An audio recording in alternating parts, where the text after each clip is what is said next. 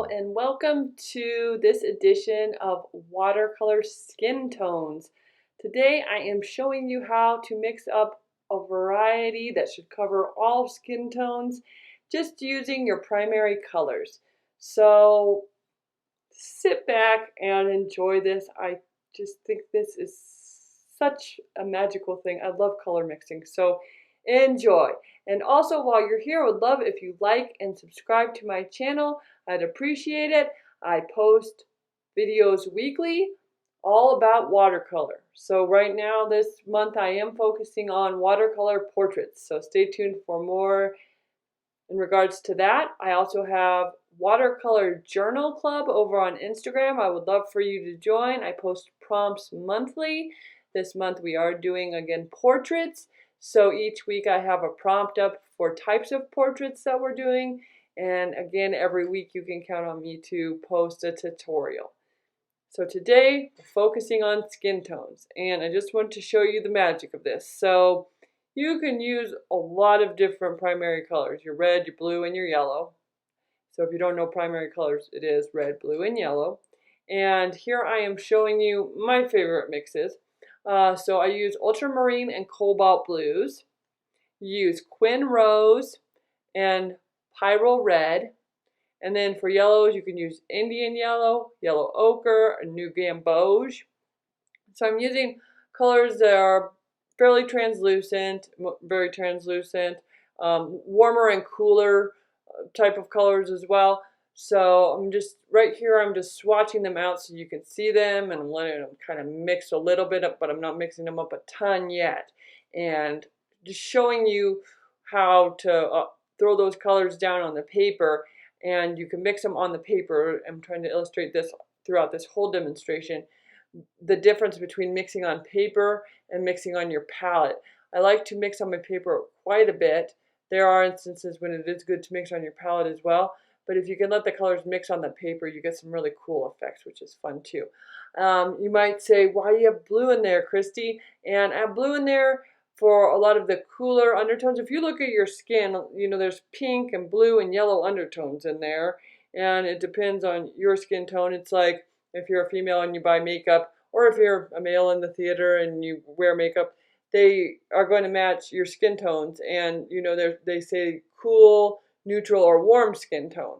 So if you have a warmer skin tone, you're going to have more of those olivey yellow color undertones. If you're cool, you have the more blue, pinkish undertones. And then if you're neutral, you're just in between there. So that's what we're doing here, is we're creating those skin tones. And here I'm showing over off to the side, mixing those skin tones on the paper. So I'm dropping some yellow, and then I'm dropping some of that quin rose into it. And see how you get that nice peachy color?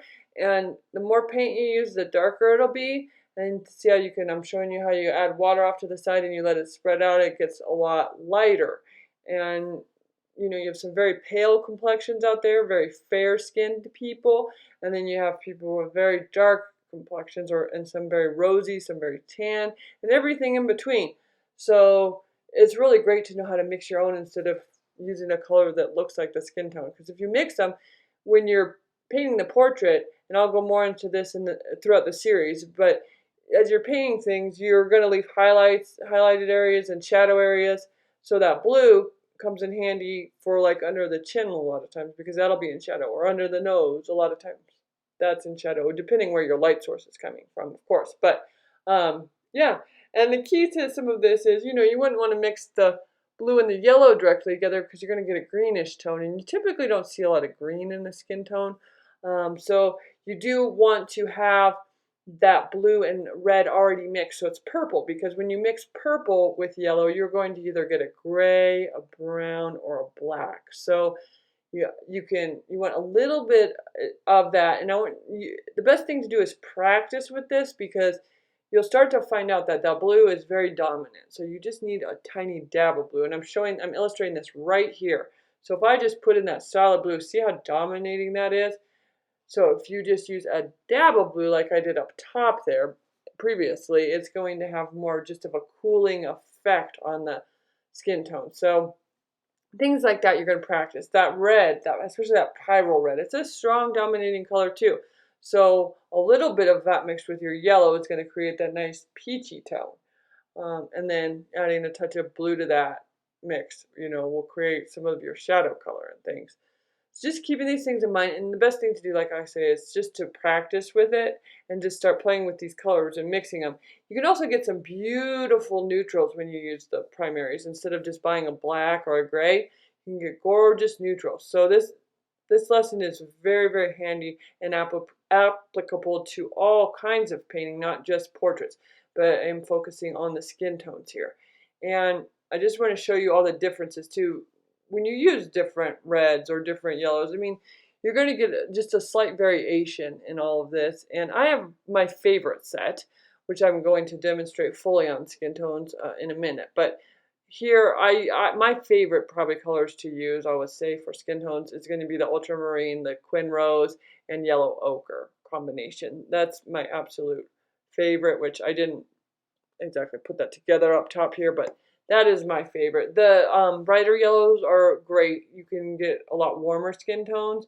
I tend to paint cooler, rosier complexions for the most part, but keeping that in mind and just even talking about it and acknowledging that I would like to paint warmer skin tones. And it's kind of neat because when you do that, it looks like you're out in the sun and the sun's kissing the face, the portrait you're doing, and you can add a lot of light that way, and you could add a lot of drama, say, to one side of the face and have the other face in shadow, and that'd be a fun thing to do artistically. So I'm going to do that in this series, I think. Now I'm going to step out of my comfort zone. So see, I learn so much when I teach. It's wonderful.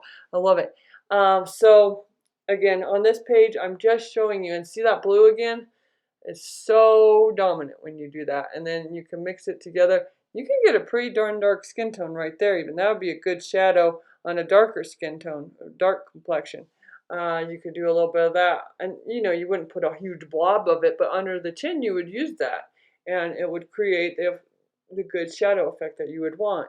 And so, again, illustrating this time illustrating using a lot of paint, you get much darker, deeper, richer skin tones, okay?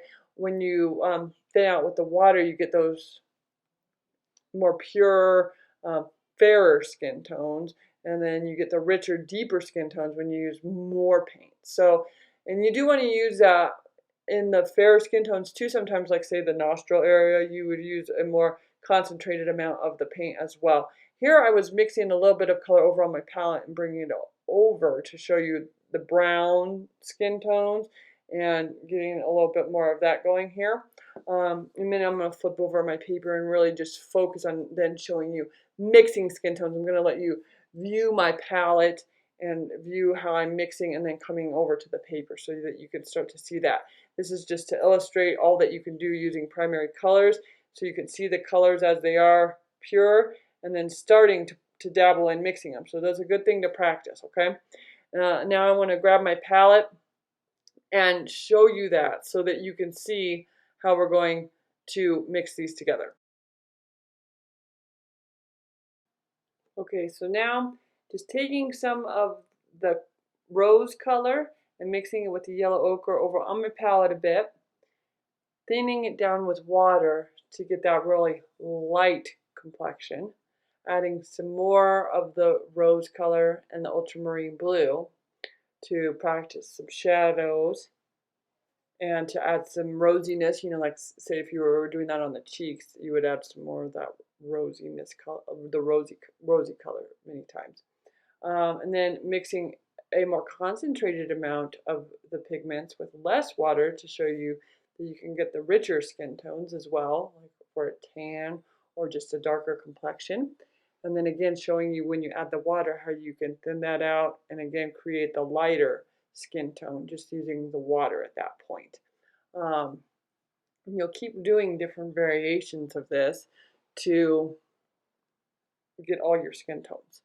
And so using the primary colors is a great way. Like I tell a lot of people starting in watercolor, all you need is primary colors, a warm set and a cool set. So your warm red, a cool red, warm yellow, cool yellow, and warm blue and cool blue in your set. I mean, you could mix a lot of colors, everything you need to make a painting. And the great thing is your painting will come out a lot more cohesive.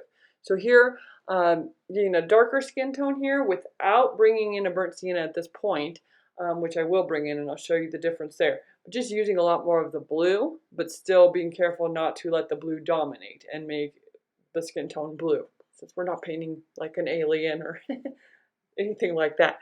So, and then again, adding more water to show you how that those can be lighter as well.